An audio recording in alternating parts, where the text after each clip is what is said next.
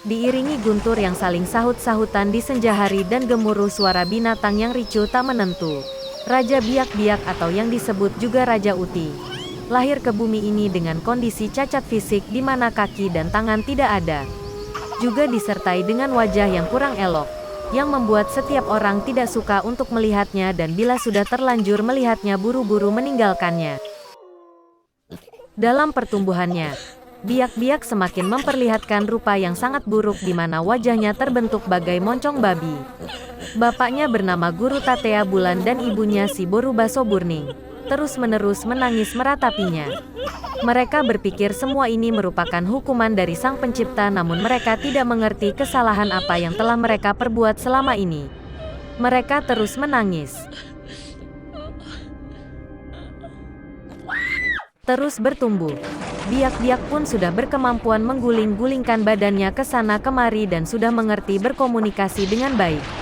Di suatu waktu, ia meminta kepada ibunya agar mempersiapkan sesajen sebagai persembahan. Karena Biak-Biak ingin berdoa. Dia pun berdoa memohon kepada Sang Pencipta agar diberi sayap sehingga ia bisa terbang ke sana kemari. Ia menangis memohonnya. Biak-Biak semakin kuat menggulingkan badannya berpindah dari satu tempat ke tempat lainnya. Semasi anak-anak ini, sehari-harinya ia bermain dengan segala hewan dan binatang hutan.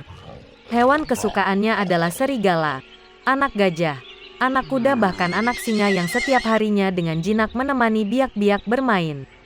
Di antara mereka tidak pernah ada permusuhan tetapi mereka bermain sepanjang waktu.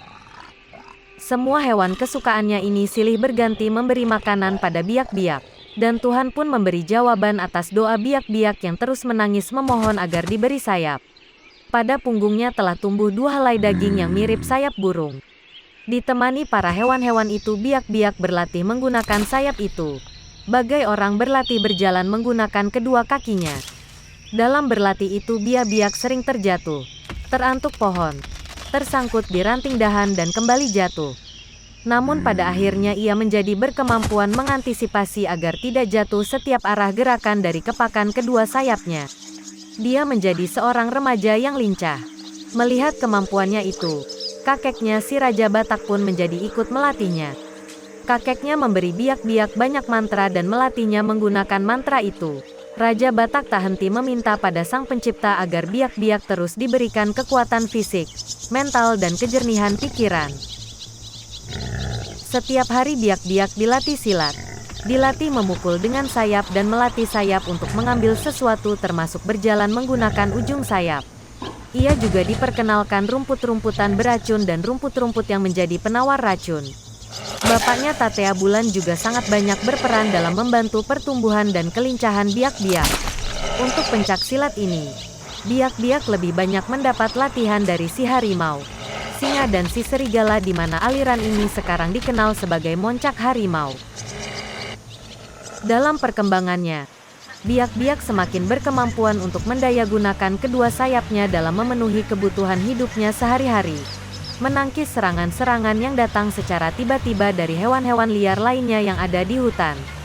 Dan kemampuan terbangnya juga telah menyerupai kemampuan terbang dari kuda bersayap yang menjadi temannya itu sepanjang hari.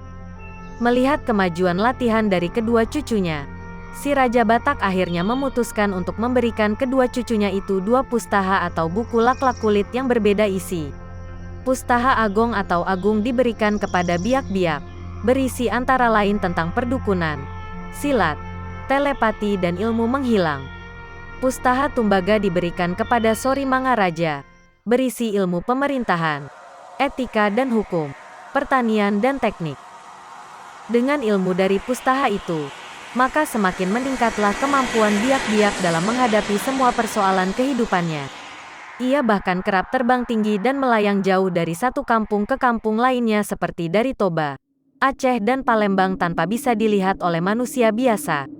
Demikian dengan kemampuan perdukunannya, ia yang telah mampu mengusir jutaan penyakit dari tubuh manusia hanya dengan sekali tampar. Untuk perdukunan ini, ia melatih beberapa orang yang menjadi perantaranya.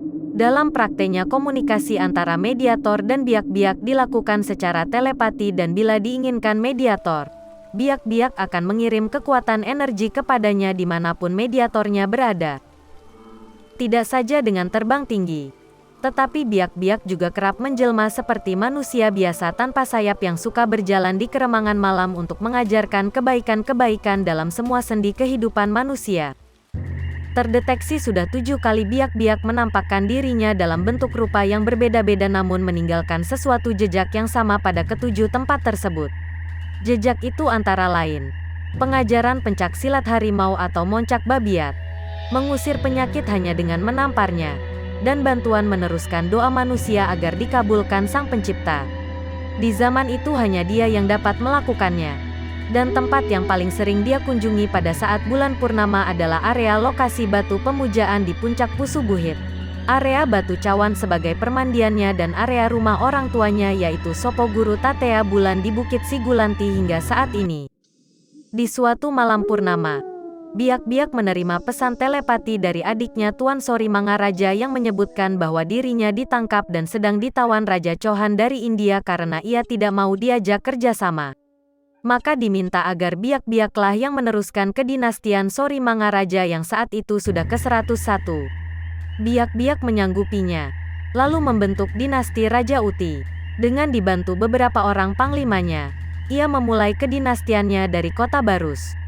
Ia melanjutkan semua yang menjadi program Tuan Sori Mangaraja sebelumnya termasuk menjadikan pelabuhan Barus dan Pansur sebagai pusat perdagangan internasionalnya. Kedinastian Raja Uti terus berjalan hingga yang ke-7. Selanjutnya ia menyerahkan kedinastiannya kepada ponakannya bernama Manghuntal Sinambela yang dia pandang memiliki ketangguhan tinggi dalam menghadapi berbagai permasalahan kedinastiannya. Maka Raja Uti pun menobatkan ponakannya itu sebagai Raja Sisingamangaraja. Sudah puluhan abad kedinastian itu berlalu, namun hanya badan boleh hangus. Segala kebajikannya yang pernah dilahirkan tetaplah dikenang.